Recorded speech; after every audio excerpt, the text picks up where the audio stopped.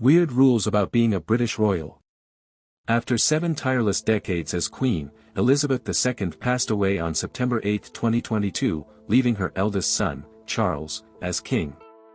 For a British royal, the line of succession is just one set of the many, many rules that come with the crown.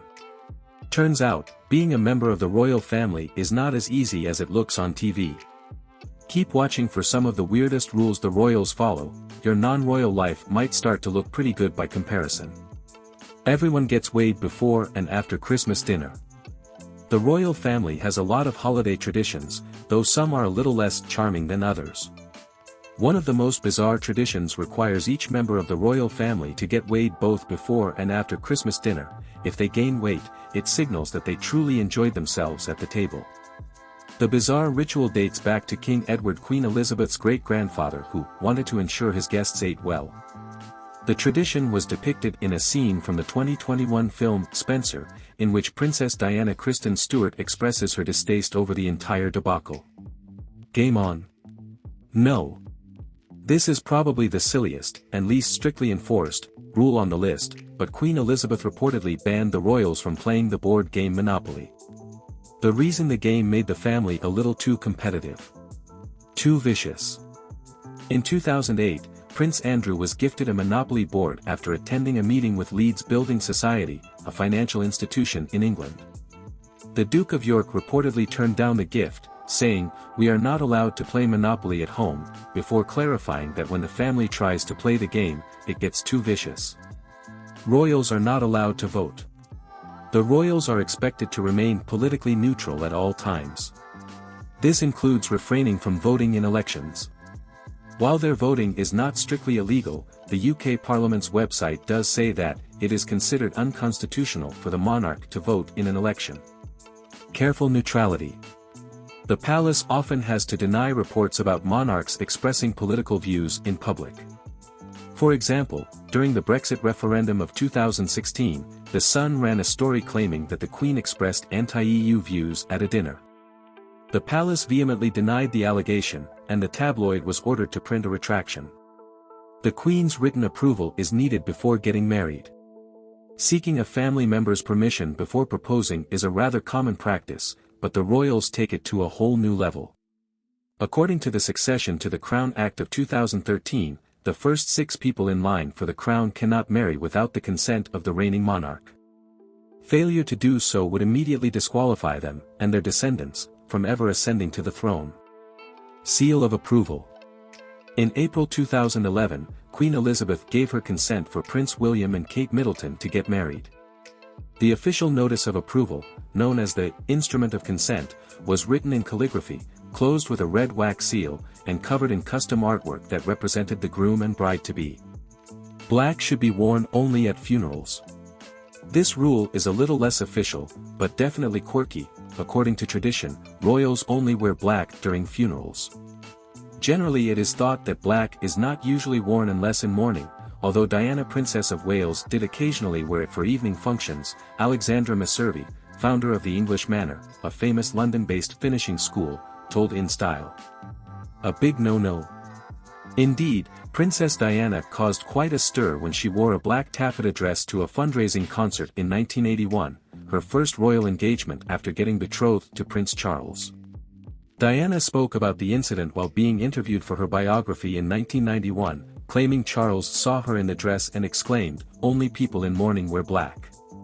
But they must pack a black outfit every time they travel." Though they are discouraged from wearing black in public, it is protocol that the royals have to each pack a black outfit whenever they go on vacation. This ensures they have something appropriate to wear in case they have to attend a last-minute funeral or appear in mourning if someone passes back at home. Get ready, stay ready. This rule is thought to have arisen out of Queen Elizabeth's personal experience of hearing the news that her father, King George IV, died while she was vacationing in Africa. She didn't have any mourning attire with her, but she knew that her plane would be swarmed by photographers when she arrived back in the UK, so she had to send an aide to fetch an appropriate outfit for her before she disembarked. This should all sound familiar if you've seen The Crown. Nude pantyhose should be worn to formal events. There have long been rumors floating around that wearing nude hosiery is a royal requirement when making public appearances, but this is only partially true. There is no official written edict about pantyhose, though a royal fashion journalist told E! Online that they are generally a rule for more formal or conservative royal events. Embracing the code. Meghan Markle made headlines in 2018 when she showed up to her first official event with the British monarch wearing, you guessed it, flesh-colored pantyhose underneath a navy dress and cream coat. Markle had been sporting a lot of pantsuits up until this point, so her hosiery-centered fashion choice had people speculating that she was finally embracing the unofficial dress code of the British royals. Women must also wear hats to formal events.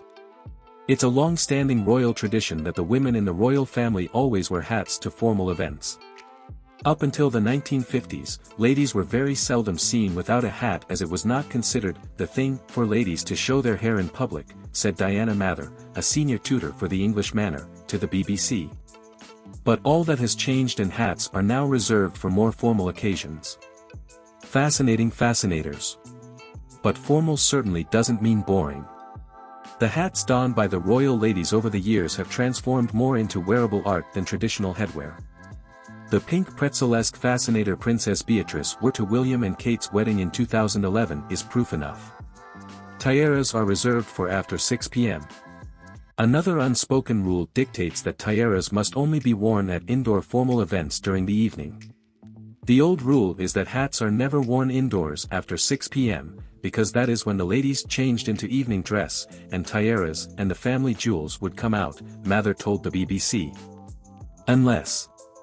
The one exception, a bride may wear a tiara on her wedding day regardless of the time. In fact, many royals wear their first tiara when they get married, including Kate Middleton, who rocked a Cartier tiara when she walked down the aisle in 2011. Royals don't sign autographs for fans. If you're hoping to snag an autograph from one of the royals, we have some bad news. Royal protocol prohibits family members from offering their signature to fans, lest someone try to forge it. Breaking a rule. In 2010, Prince Charles surprisingly broke protocol to sign an autograph for victims of the Cornwall floods. According to the Telegraph, after a couple asked Charles for his autograph, he got a piece of paper from his bodyguard and signed it, Charles 2010. Dark nail polish is generally frowned upon. Yet another unofficial dress code rule, it's rumored that the Queen preferred royals only to wear clear, nude or very light pink nail polish. Given how stylish the modern royal ladies are, it should come as no surprise that this rule gets broken rather frequently. A tiny tizzy. Meghan Markle caused a tiny tizzy when she wore dark opaque nail polish at the British Fashion Awards in 2018. Kate Middleton has also painted her toes for red carpet appearances. And Princess Diana, royal rule breaker that she was, frequently sported red nail polish in public, including the same day she wore her now iconic black revenge dress in 1994. Two direct heirs cannot fly in a plane together. According to royal protocol, two direct heirs to the throne must take separate flights while traveling, a failsafe in case something tragic happens en route. That means that King Charles and Prince William cannot fly together. Flying solo. When Prince George turns 12, he will also have to start flying separately from his father. The Cambridges have frequently flown with their children in the past, but typically received special permission from the Queen to do so. Shellfish should never be ordered at restaurants. There are a few protocols centered around what royals can and cannot eat at restaurants, but the biggest menu no-no is shellfish. The reason shellfish poses a higher risk of food poisoning than most other foods, and the family needs to always remain in good health. Yawn. According to Sir William Heseltine, the Queen's former private secretary, Princess Diana found those long stretches of sitting around and waiting for bedtime to be agony. There'd be an hour or so in the sitting room of everyone sitting around making conversation, Heseltine told author Juliet Reedon in her book, The Royals in Australia. And Diana was driven to such extremes that she'd excuse herself and go to bed, which was thought to be rather bad form, going to bed before the Queen.